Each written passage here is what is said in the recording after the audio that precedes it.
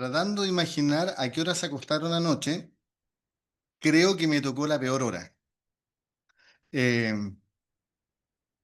Siempre está la peor hora. Después del almuerzo, como que nos cansamos un poquito más. Y había pensado captar su atención citando música urbana, pero me dijeron que no era una buena idea, entonces reculé. No, no lo voy a hacer. Además que ya está en juego mi matrimonio casi, después de lo de ayer. Si es que no está en juego que me vuelvan a invitar, tío Juan, nunca más cito a nadie que no sea... eh, Nunca más, solo me comprometo. Esto es solo para que se rían y me pongan atención. Me encantó el coro con el que terminamos. Estoy seguro que Alexander no se refería a mí, pero les quiero contar que también es mi coro favorito.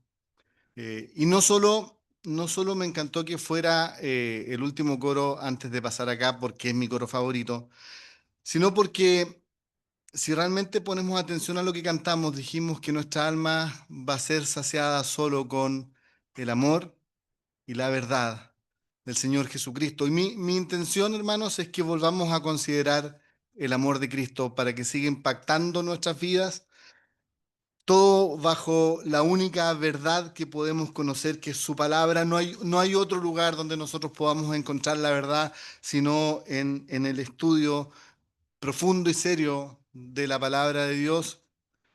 Mi intención es que terminemos estos 40 minutos que me quedan y poder decir, eres todo para mí.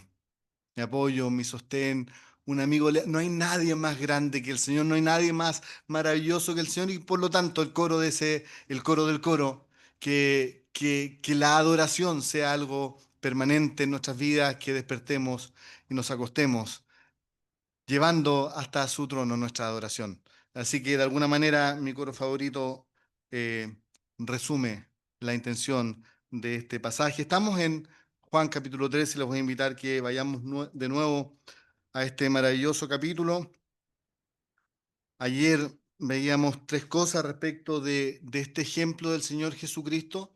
Desde el capítulo 13 decíamos ayer en adelante, vamos a encontrar ejemplos, vamos a encontrar discursos de despedida del Señor, vamos a encontrar una oración en que intercede por los suyos, por nosotros, maravillosa también. Vamos a ver al Señor, y decíamos ayer, aquel que sabía lo que venía, no no tomando la reacción natural de nosotros de enfocarse en uno mismo cuando uno es el que está enfrentando un momento de dolor, sino enfocándose en otro, no deseando que los demás tengan la iniciativa de servirle a él, que es lo lógico, que era lo que bajo cualquier pensamiento lógico tenía que pasar. ¿Quién podía servir esa noche? Cualquiera de los 12 o cualquiera de los 11, si entendemos que Judas ya no tenemos ninguna esperanza con su pensamiento. Cualquiera de los 11 debió haberse parado antes que el Señor, pero él se enfoca no en sí mismo, sino en los suyos, les da esta muestra de amor hasta el fin y lo hace tomando la forma de siervo. Eh, Luego vimos que este amar hasta el fin lo llevó a dar esta muestra de amor humilde, a pesar de saber quién es, sabiendo que es la persona más alta, preciosa, el soberano del universo. Tomó aquel lugar de siervo para servir a esos pecadores tan terribles. La verdad es que a ellos los debió haber escandalizado. Y por eso yo tiendo a compartir parte de la reacción de Pedro. Tú a mí, esto no debe estar pasando. Y probablemente lo que todos debieron haber pensado, esto no puede estar pasando. Y lo que nosotros debiéramos pensar al leer esto no puede estar pasando. ¿Cómo el Señor de señores está tomando esa posición, lavando pies asquerosos, repugnantes?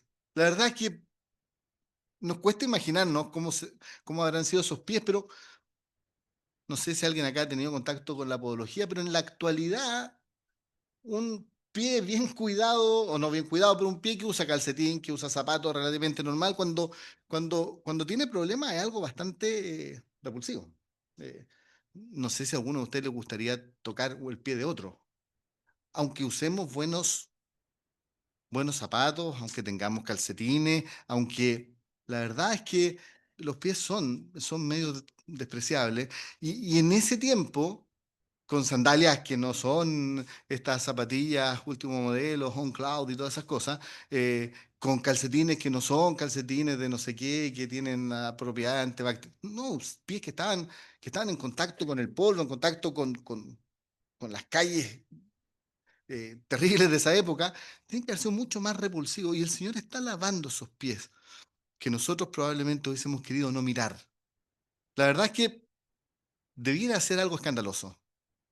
Y debiera ser al revés cuando vemos que el Señor toma esa posición, si bien al pie le quisiera sacar la vista, al Señor que es capaz de hacer eso por amor, debe captar toda mi atención. ¿Cómo no amar? Nos preguntábamos ayer a alguien que ama así. ¿Cómo no encontrar maravilloso a alguien que presenta ese carácter tan maravilloso, tan lejos de mi manera o de mi propia manera de pensar? Y decíamos también que esa muestra de humildad en realidad era también un ejemplo para nosotros, un ejemplo que nos invitaba a imitarle en su humildad y que tenía en este pasaje por lo menos esta promesa de bienaventuranza y que eh, Salvador ha explicado mucho mejor que yo lo que significa este concepto de Macarios, este concepto de bienaventuranza, esta plenitud. La plenitud está en imitar a Cristo.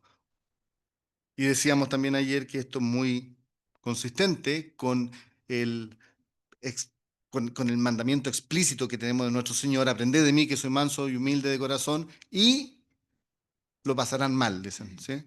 Y su alma va a ser turbada por ser tan humildes.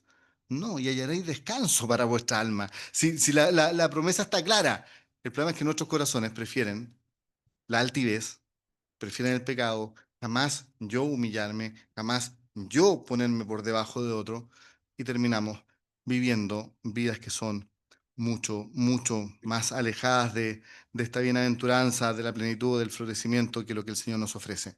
Pero quiero sugerir, y nos vamos a saltar esta parte de Judas por tiempo. Quiero sugerir que en la conversación que el Señor tiene con Pedro, hay algo que parece que no calza mucho, que tiene que ver que cuando Pedro dice: tú a mí me lavas los pies, el Señor le dice: si no te lavo los pies, no tendrás parte conmigo. Y lo que quiero sugerir es que esa expresión, si no entiendes mi humillación lavando los pies, con no tener parte con Él, en realidad no es porque nosotros al dejar de ser humilde perdemos la salvación, sino más bien porque en realidad lo que apuntaba a ese ejemplo de humildad era a lo que iba a ser el clímax de la humildad de nuestro Señor. Ese acto de postrarse, de tomar forma de siervo, de quitarse los vestidos, tomar la vestimenta de un siervo, postrarse delante de ellos y lavar esos pies, en realidad apuntaban a lo que iba a ser, como dije recién, el clímax de la humildad, el mayor acto de amor sacrificial, el lugar donde la revelación de Dios, en quien es grande haciéndose siervo, toma una claridad mayor, tiene que ver con aquel momento en que el Señor va a la cruz y realmente se humilla a sí mismo para ser nuestro Salvador. Algo había ya en ese ejemplo y que se hace explícito después de que Judas sale de la cena. Vamos a leer entonces Juan capítulo 13, desde el versículo 30 para ver el cambio en aquella noche. Dice el versículo 30: cuando él, Judas, pues hubo tomado el bocado, luego salió y ya era de noche. Judas sale, ya es de noche, lo único inminente es que el plan, las últimas horas ya se acercan y el arresto del Señor y el ir a la cruz se transforma en algo inminente. Fíjense lo que dice el versículo 31. Entonces, cuando hubo salido, dijo Jesús: ahora, ahora es glorificado el Hijo del Hombre y Dios es glorificado en él. Si Dios es glorificado en él, Dios también le glorificará en sí mismo y enseguida le glorificará. Hijitos, aún estaré con vosotros un poco. Me buscaréis, pero como dije a los judíos, así os digo ahora a vosotros, a donde yo voy, vosotros no podéis ir. Un mandamiento nuevo os doy, que os améis los unos a los otros, como yo os he amado, que también os améis unos a otros. En esto conocerán todos que sois mis discípulos, si tuviereis amor los unos con los otros. Hasta aquí la lectura. Mi intención es que en los minutos que nos restan, queridos hermanos, podamos ver tres cosas.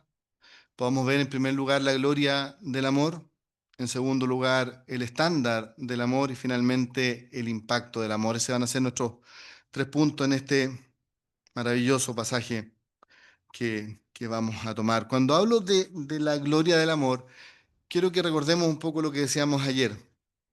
Así como había amado a los suyos que estaban en el mundo, los amó hasta el fin.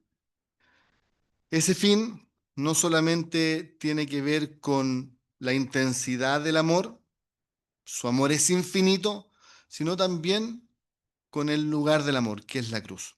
La cruz va a ser la expresión final de ese amor de Cristo por los suyos. Y citábamos ayer cuando Pablo dice, el Hijo de Dios, el cual me amó y se entregó a sí mismo por mí. La entrega final del Señor Jesucristo va a ser este clímax, va a ser esta muestra más grande, no solo de su amor hasta el fin hacia nosotros, sino también de ese carácter humilde que el Señor Jesucristo ha venido a ejemplificar.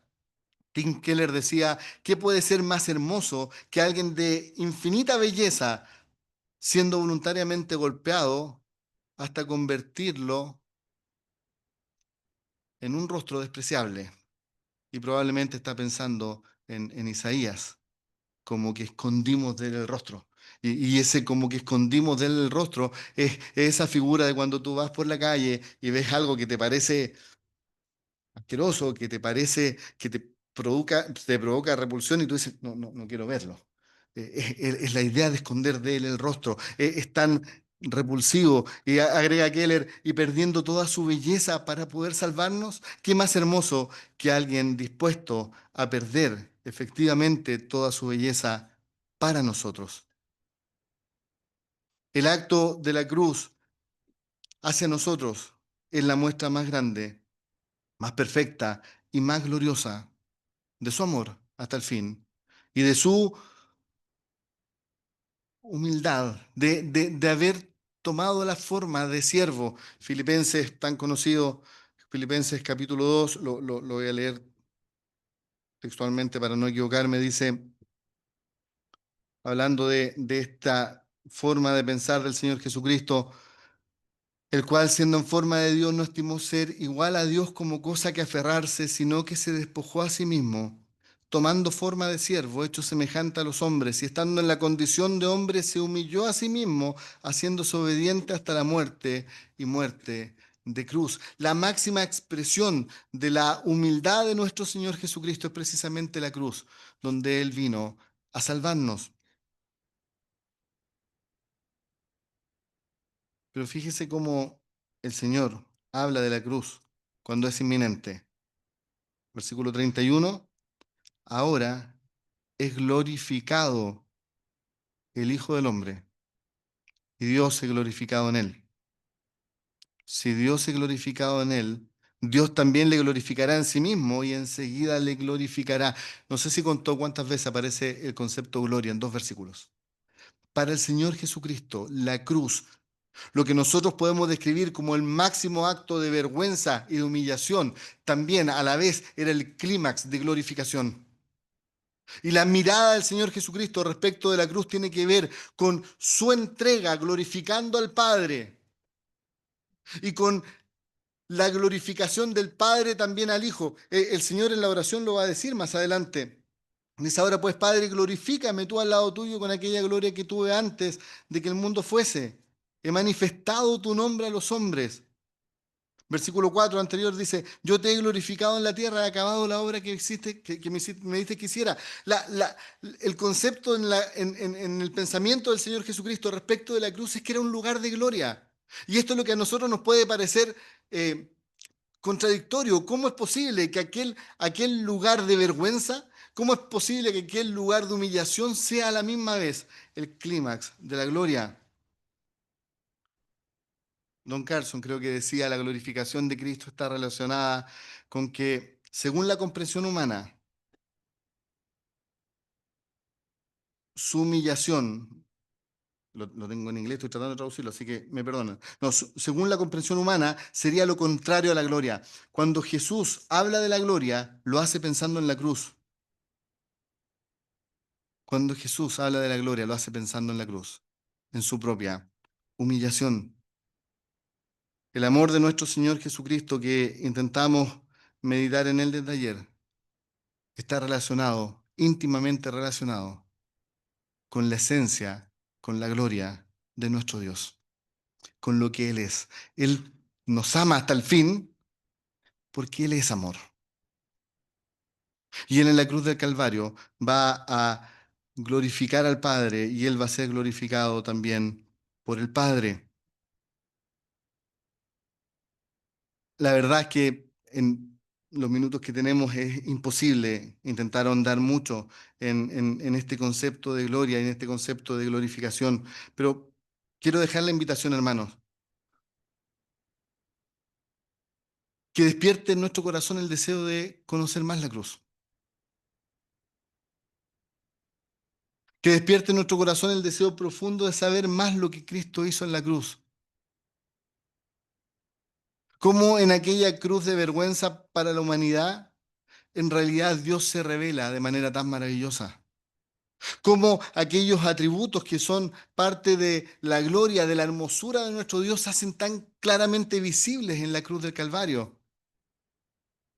Cómo la cruz logra armonizar lo que para muchos podía ser una gran tensión. Dios no tendrá por inocente al culpable, pero Dios es un Dios bondadoso que quiere perdonar el pecado. Cómo en la cruz juntamos la justicia y el amor. Cómo en la cruz juntamos la santidad y la bondad de Dios. Mi invitación en este primer punto, queridos hermanos, es que pasemos más tiempo junto a la cruz. Que puedas dedicar, y no estoy exagerando, que puedas dedicar tu vida a conocer más lo que Dios revela de sí mismo en aquella cruz. La pregunta entonces que tenemos que hacernos, ¿cuánto conozco de aquella cruz? De verdad, hasta el momento, ¿cuánto tiempo le he dedicado de mi vida a estudiar más de lo que el Señor Jesucristo nos revela en su palabra? Ustedes, la mayoría, son estudiantes. ¿Cuánto tiempo le dedican de su vida a sus estudios seculares? Yo ya pasé por eso, entonces no estoy cuestionando la universidad bajo ningún punto de vista. No, no es esa mi intención. Solo hacerlos meditar en cuánto tiempo nosotros gastamos, cuántos recursos nosotros gastamos de nuestras vidas en aquellas cosas que no tienen mayor duración que lo que durará nuestra vida y cuánto tiempo y esfuerzo dedicamos a las cosas del Señor.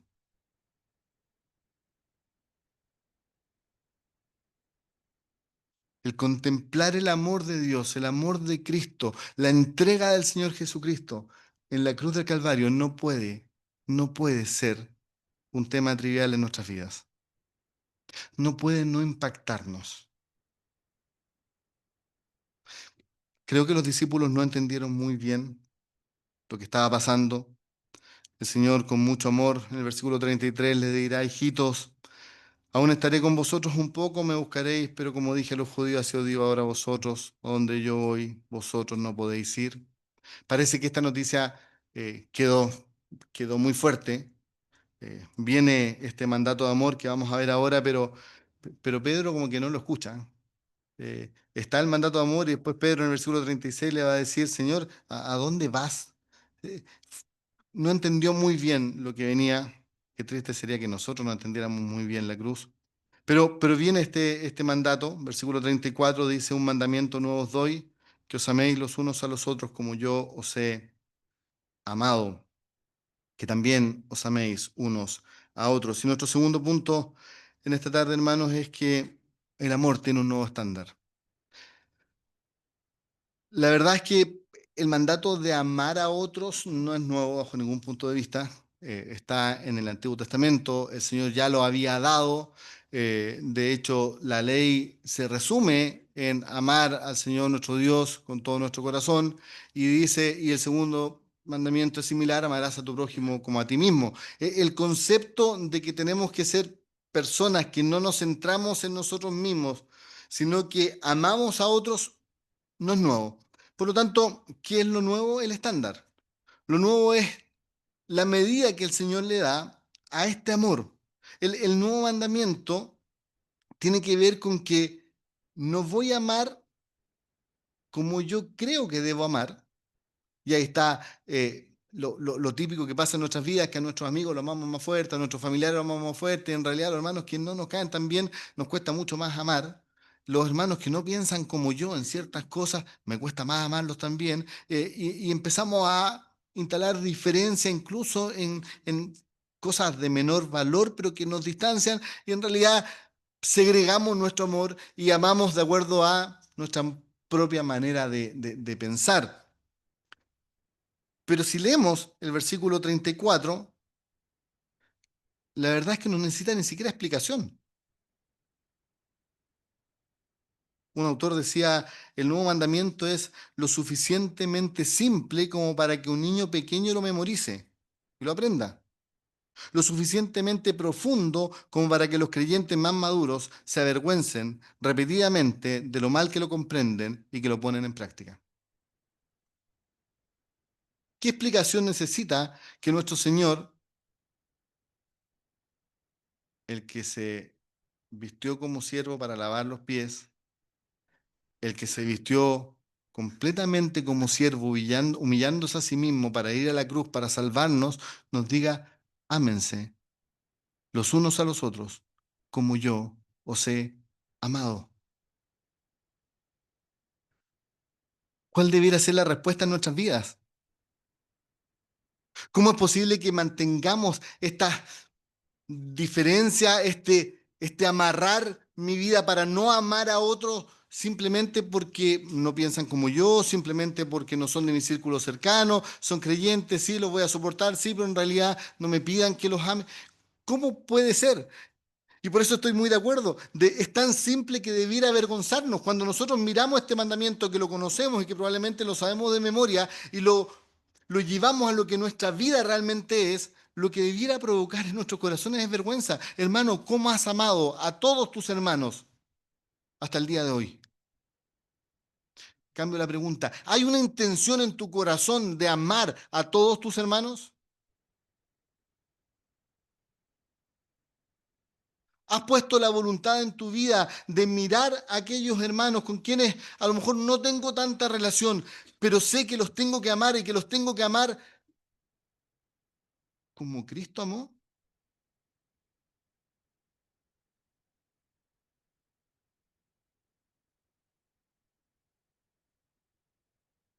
¿Cómo está, hermano? Tu amor para con tus hermanos se parece a los ejemplos que el Señor Jesucristo en este capítulo ha mostrado.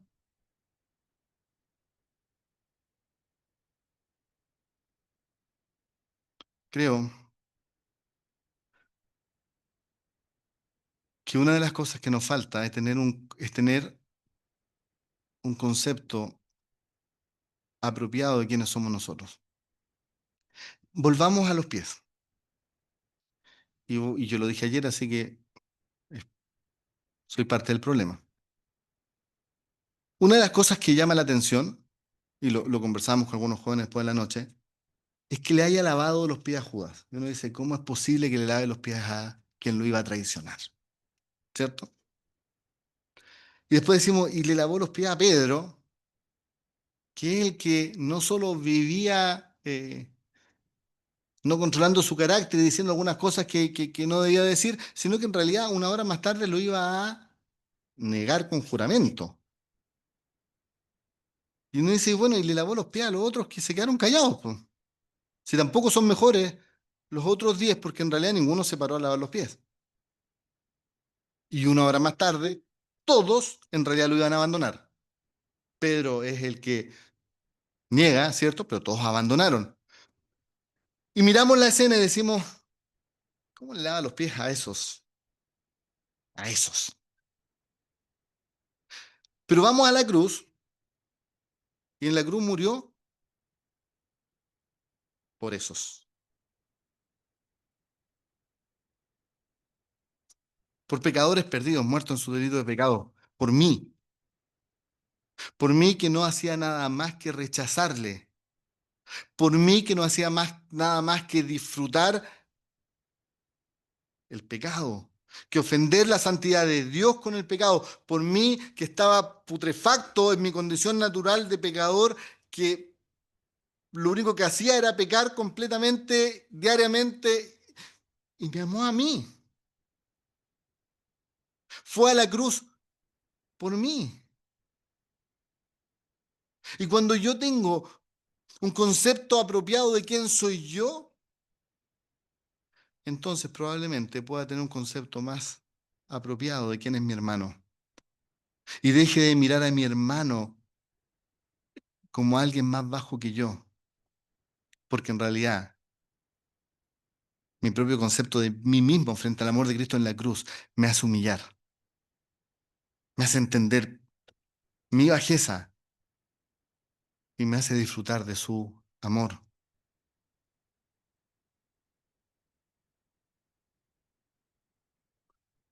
¿Cuánto amas a tus hermanos? Quizás lo primero que tenemos que hacer, hermanos, es tener un concepto más apropiado de nosotros mismos. Y eso va a pasar en la medida que pasemos más tiempo junto a la cruz. En la cruz es donde nosotros realmente nos vemos como somos. Entendemos lo terrible de nuestro pecado y la maravilla de su amor. Y nuestro último punto, con esto termino, el impacto del amor. Versículo 35. En esto conocerán todos que sois mis discípulos si tuviereis amor los unos con los otros. Cuando yo era más chico, uno de los conceptos con que más me retaban, así como mi señora me reta ahora con mis salidas, antes me retaban harto y me decían, es que tienes que cuidar tu testimonio. Y se hablaba harto del testimonio. ¿Puedo ir al estadio? No, es que el testimonio. Y si voy cuando aparecieron los malls, y los creyentes pueden ir al mall, no, es que el testimonio. ¿Y cómo se...? No, es que el testimonio... Y la verdad es que ese concepto testimonio lo usábamos para todas estas cosas, y no voy a agregar ningún juicio si es que está bien o está mal, pero parecía ser que el concepto mi testimonio era muy importante. Y yo creo que sí lo es. El testimonio del creyente impactando al mundo. Somos sal y luz. Pero si recuerdo todas esas cosas en que el testimonio supuestamente fallaba, nunca nadie me dijo, ¿sabes, Jaime? La manera en que tú vas a impactar al mundo es mostrando amor para con tus hermanos. No, era como me vestía, qué me gustaba, qué hacía, qué decía, cómo hablaba. Nunca nadie dijo, ¿saben qué estamos fallando? Porque en realidad la manera en que el mundo va a ser impactado es si nos amamos unos a otros. Y la verdad es que lo que dice este pasaje es que nuestro real testimonio frente al mundo tiene que ver con nuestro amor. Tiene que ver con que aquellos que hemos sido amados, entonces lo que hacemos en la comunidad de los santos, conociendo ese amor, amarnos nosotros mismos para que Dios sea glorificado. Lo cité ayer y lo quiero leer, hermanos, para no equivocarme. Pero Efesios, la oración del apóstol Pablo, allí en Efesios, en el capítulo 3 dice, por esta causa doblo mis rodillas ante el Padre de nuestro Señor Jesucristo, de quien toma nombre toda familia en los cielos y en la tierra, para que os dé conforme a las riquezas de su gloria, el ser fortalecidos con poder en el hombre interior por su espíritu. Y aquí hay una serie de propósitos. Para que habite Cristo por la fe en vuestros corazones, para que Cristo se sienta en casa en vuestros corazones a fin de que arraigados y cimentados en amor, seáis plenamente capaces de comprender con todos los santos en la comunión de los santos, arraigados y cimentados en amor, seáis plenamente capaces de comprender con todos los santos cuál es la anchura, la longitud, la profundidad y la altura. Sugiero que está hablando del amor de Cristo, versículo 19, y de conocer el amor de Cristo que excede todo conocimiento, para que seáis llenos de toda la plenitud de Dios. Lo que el apóstol Pablo está deseando para sus hermanos es que precisamente en la comunión de los santos, lo que prime, lo que estén arraigados y conociendo el amor de Cristo, puedan amarse más, de tal modo que el Señor, que Dios sea glorificado en la iglesia local. Y nosotros hemos transformado eso en mirarnos unos a otros, establecer diferencias, que tú defiendas la tuya, que yo defienda la mía, que hagamos parcelas de quién de nosotros es mejor, cuando nuestro real impacto es si es que nos amamos unos a otros. Si le parece poco el mandamiento, le voy a mostrar qué desea el Señor en su corazón. Y con esto termino porque me estoy pasando. Capítulo 17, orando el Señor por nosotros, dice, más no ruego, versículo 20, más no ruego solamente por esto, sino también por los que han de creer en mí, por la palabra de ellos. Aquí entramos nosotros, hermanos, para que todos defiendan su manera de pensar, para que todos sean uno. Como tú, Padre, en mí y yo en ti, que también ellos sean uno en nosotros, para que el mundo crea que tú me enviaste. La gloria que me diste yo les he dado para que sean uno, así como nosotros somos uno. Yo en ellos y tú en mí, para que sean perfectos en unidad, para que el mundo conozca que tú me enviaste y que los has amado a ellos como también a mí me has amado. Hermanos, de nuestra unidad, de nuestra disposición de amar a nuestros hermanos, va a depender el impacto que nuestras vidas tengan en el mundo. ¿Cuánto amamos a nuestros hermanos? Probablemente sea la respuesta en cuánto amamos el amor de Cristo.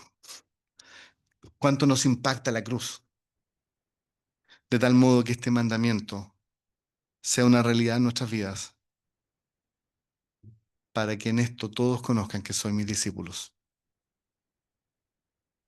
Mi invitación es que podamos mirar más tiempo la cruz, más tiempo a nuestro Señor Jesucristo y la gloria de Dios revelada en su rostro maravilloso, de tal modo que nos amemos más y que impactemos al mundo con ese amor inefable, con ese amor infinito, con ese amor maravilloso de un Señor maravilloso. Que Él bendiga su palabra.